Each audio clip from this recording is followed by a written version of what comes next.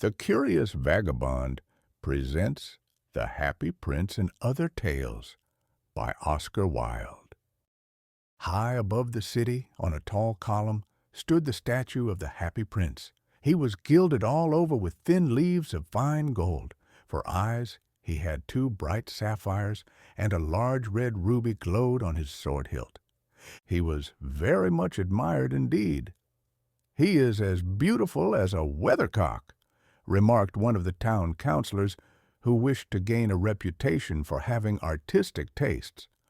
"Only not quite so useful," he added, fearing lest people should think him unpractical, which he really was not. "Why can't you be like the Happy Prince?" asked a sensible mother of her little boy who was crying for the moon. "The Happy Prince never dreams of crying for anything. I am glad there is someone in the world who is quite happy," muttered a disappointed man as he gazed at the wonderful statue. "He looks just like an angel," said the charity children as they came out of the cathedral in their bright scarlet cloaks and their clean white pinafores. "How do you know?" said the mathematical master. "You have never seen one." "Ah, but we have in our dreams," answered the children. And the mathematical master frowned and looked very severe, for he did not approve of children dreaming. One night there flew over the city a little swallow. His friends had gone away to Egypt 6 weeks before, but he had stayed behind, for he was in love with the most beautiful reed. He had met her early in the spring as he was flying down the river after a big yellow moth, and had been so attracted by her slender waist that he had stopped to talk to her. "Shall I love you?" said the swallow, who liked to come to the point at once, and the reed made him a low bow. So he flew round and round her, touching the water with his wings and making silver ripples. This was his courtship, and it lasted all through the summer. "It is a ridiculous attachment," twittered the other swallows. "She has no money and far too many relations."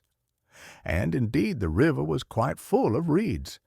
Then, when the autumn came, they all flew away. After they had gone, he felt lonely and began to tire of his lady love. "She has no conversation," he said, "and I am afraid that she is a coquette, for she is always flirting with the wind."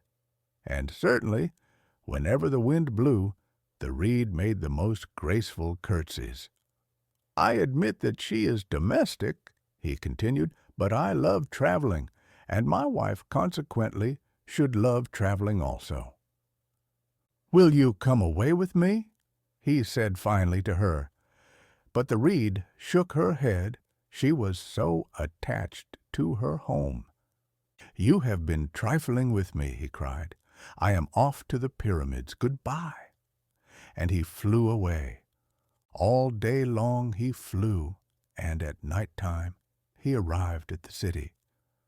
"Where shall I put up?" he said. "I hope the town has made preparations." Then he saw the statue on the tall column. "I will put up there," he cried. "It is a fine position, with plenty of fresh air." So he alighted just between the feet of the Happy Prince. "I have a golden bedroom," he said softly to himself as he looked round, and he prepared to go to sleep. But just as he was putting his head under his wing, a large drop of water fell on him. "What a curious thing!" he cried. "There is not a single cloud in the sky, the stars are quite clear and bright, and yet it is raining. The climate in the north of Europe is really dreadful." The reed used to like the rain, but that was merely her selfishness. Then another drop fell. "What is the use of a statue if it cannot keep the rain off?" he said. "I must look for a good chimney pot."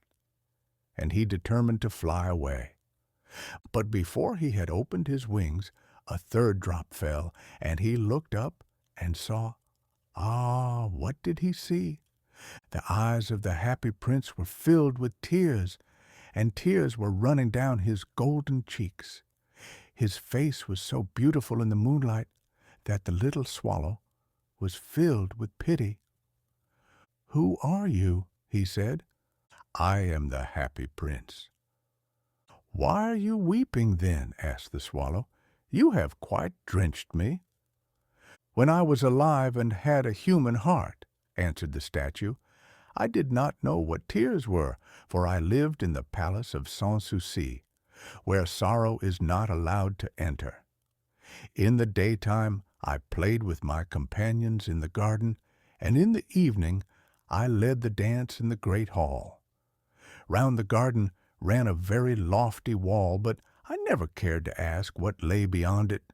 Everything about me was so beautiful.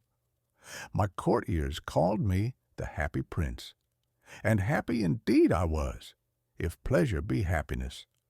So I lived, and so I died. And now that I am dead, they have set me up here so high that I can see all the ugliness and all the misery of my city, and though my heart is made of lead, yet I cannot choose but weep." "What? Is he not solid gold?" said the swallow to himself. He was too polite to make any personal remarks out loud. "Far away," continued the statue in a low musical voice, "far away in a little street there is a poor house. One of the windows is open, and through it I can see a woman seated at a table. Her face is thin and worn, and she has coarse red hands all pricked by the needle, for she is a seamstress.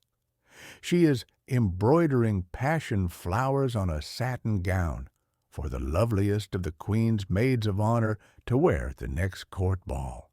In a bed in the corner of the room her little boy is lying ill.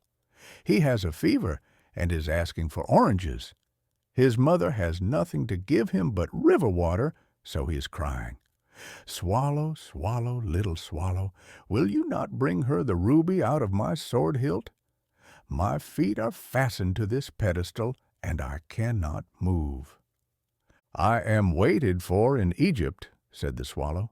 "My friends are flying up and down the Nile and talking to the large lotus flowers. Soon they will go to sleep in the tomb of the great king.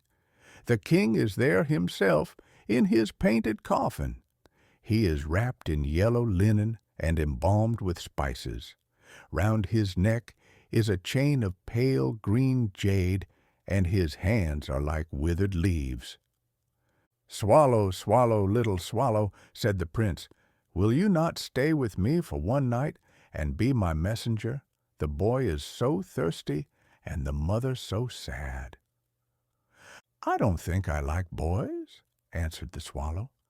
"Last summer, when I was staying on the river, there were 2 rude boys, the miller's sons, who were always throwing stones at me. They never hit me, of course.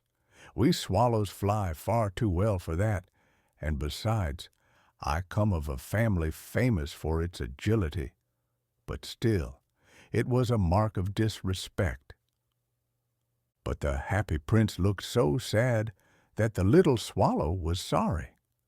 "It is very cold here," he said, "but I will stay with you for one night and be your messenger." "Thank you, little swallow," said the prince. So the swallow picked out the great ruby from the prince's sword and flew away with it in his beak over the roofs of the town.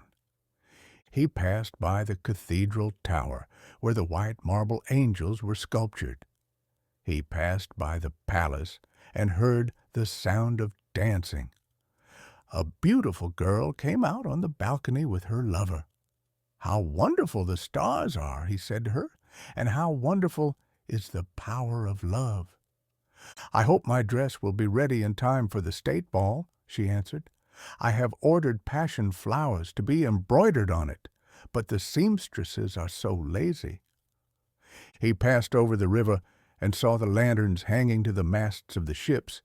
He passed over the ghetto and saw the old Jews bargaining with each other and weighing out money in copper scales. At last he came to the poorhouse and looked in. The boy was tossing feverishly on his bed, and the mother had fallen asleep, she was so tired. In he hopped and laid the great ruby on the table beside the woman's thimble. Then he flew gently round the bed, fanning the boy's forehead with his wings. "How cool I feel," said the boy. "I must be getting better." And he sank into a delicious slumber. Then the swallow flew back to the happy prince and told him what he had done. "It is curious," he remarked, "but I feel quite warm now, although it is so cold." "That is because you have done a good action," said the prince.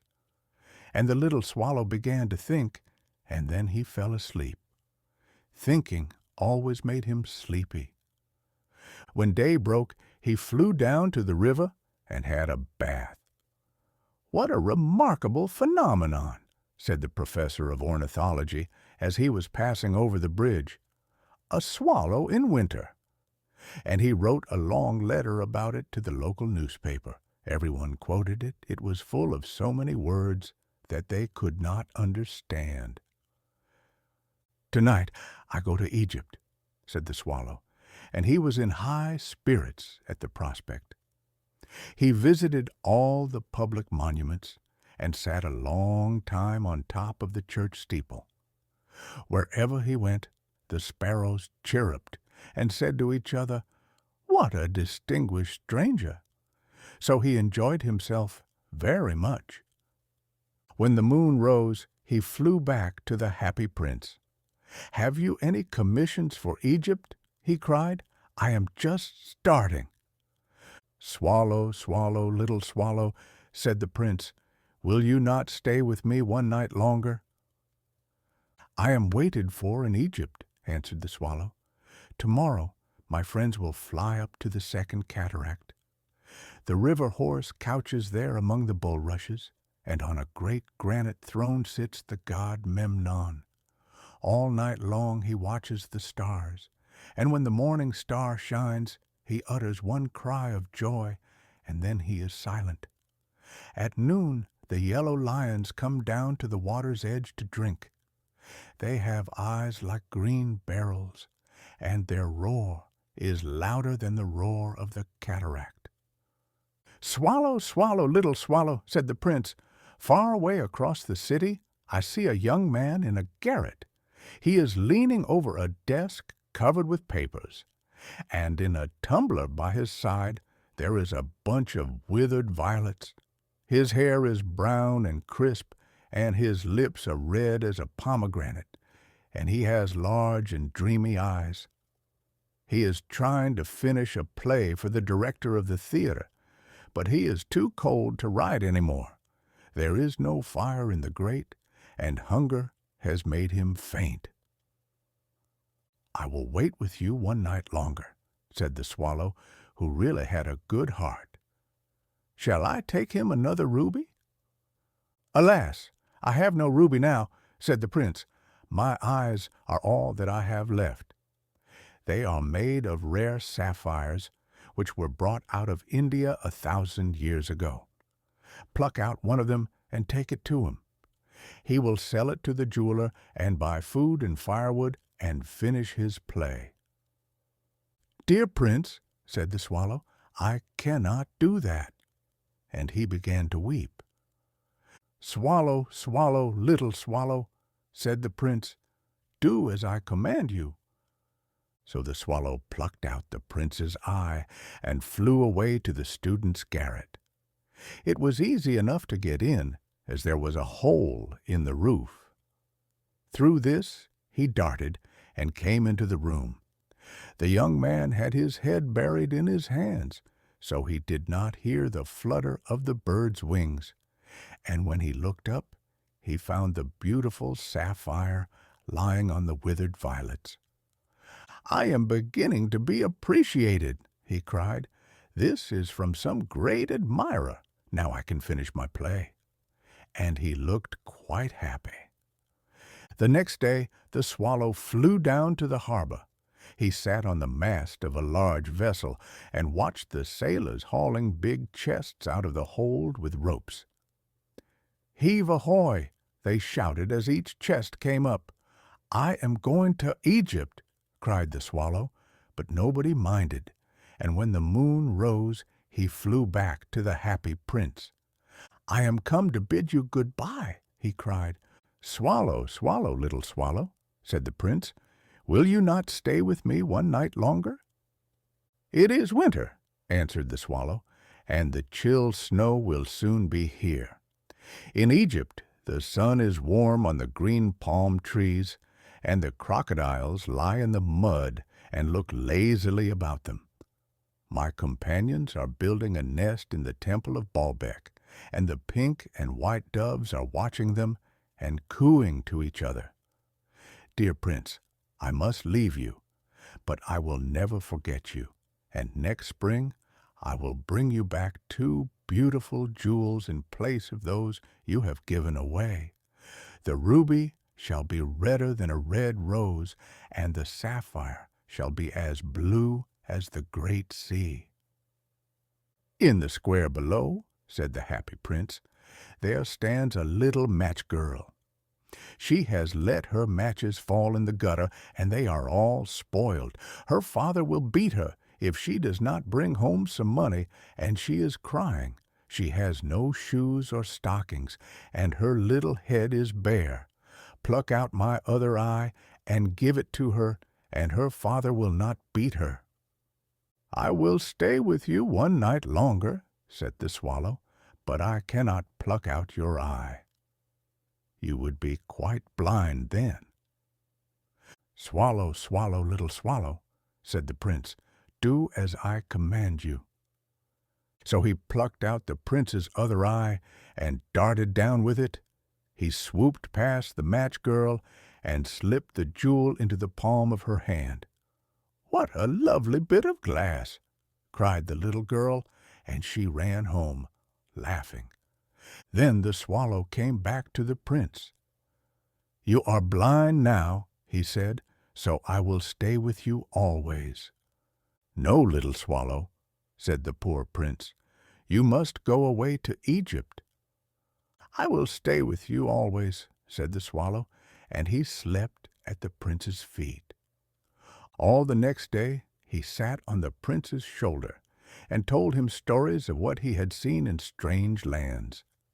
He told him of the red ibises, who stand in long rows on the banks of the Nile and catch goldfish in their beaks, of the Sphinx, who is as old as the world itself and lives in the desert and knows everything, of the merchants who walk slowly by the side of their camels and carry amber beads in their hands, of the king of the mountains of the moon, who is as black as ebony and worships a large crystal, of the great green snake that sleeps in a palm tree and has 20 priests to feed it with honey cakes, and of the pygmies who sail over a big lake on large flat leaves and are always at war with the butterflies.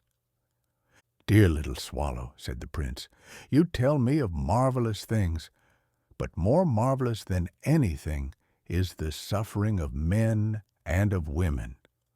There is no mystery so great as misery. Fly over my city, little swallow, and tell me what you see there."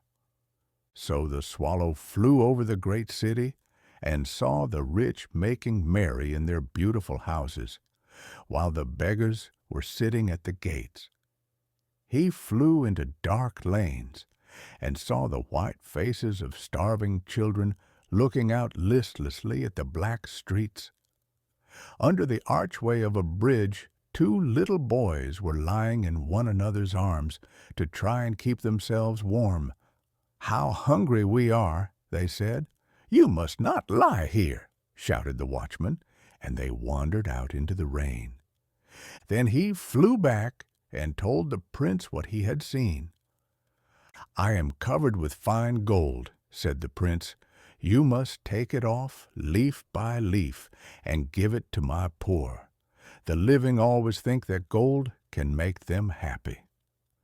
Leaf after leaf of the fine gold the swallow picked off, till the happy prince looked quite dull and gray.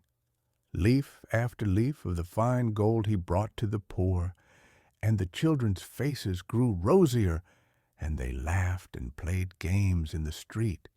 "We have bread now," they cried. Then the snow came, and after the snow came the frost.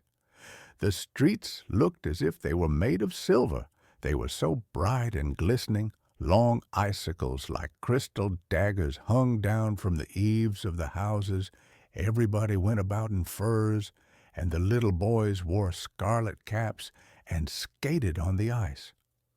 The poor little swallow grew colder and colder, but he would not leave the prince. He loved him too well. He picked up crumbs outside the baker's door when the baker was not looking, and tried to keep himself warm by flapping his wings. But at last he knew that he was going to die. He had just strength to fly up to the prince's shoulder once more. "Goodbye, dear prince," he murmured.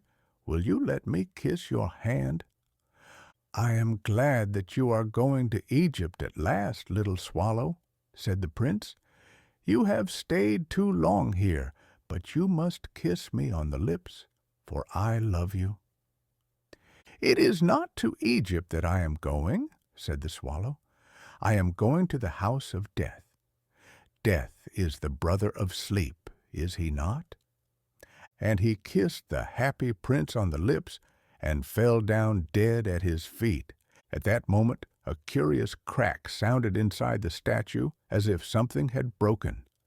The fact is that the leaden heart had snapped right in two. It certainly was a dreadfully hard frost. Early the next morning the mayor was walking in the square below in company with the town councilors. As they passed the column, he looked up at the statue. "Dear me, how shabby the happy prince looks," he said. "How shabby indeed," cried the town councilors, who always agreed with the mayor, and they went up to look at it. "The ruby has fallen out of his sword. His eyes are gone, and he is golden no longer," said the mayor. "In fact, he is little better than a beggar." "Little better than a beggar," said the town councilors. "And here is actually a dead bird at his feet," continued the mayor. "We must really issue a proclamation that birds are not to be allowed to die here." And the town clerk made a note of the suggestion. So they pulled down the statue of the happy prince. "As he is no longer beautiful, he is no longer useful," said the art professor at the university. Then they melted the statue in a furnace, and the mayor held a meeting of the corporation to decide what was to be done with the metal. "We must have another statue, of course," he said, "and it shall be a statue of myself." "Of myself," said each of the town councilors, and they quarreled. When I last heard of them, they were quarreling still. "What a strange thing," said the overseer of the workmen at the foundry. "This broken lead heart will not melt in the furnace. We must throw it away." So they threw it on a dust heap where the dead swallow was also lying. "Bring me the two most precious things in the city," said God to one of his angels, and the angel brought him the leaden heart and the dead bird. "You have rightly chosen," said God, "for in my garden of paradise this little bird shall sing for evermore, and in my city of gold the happy prince shall praise me.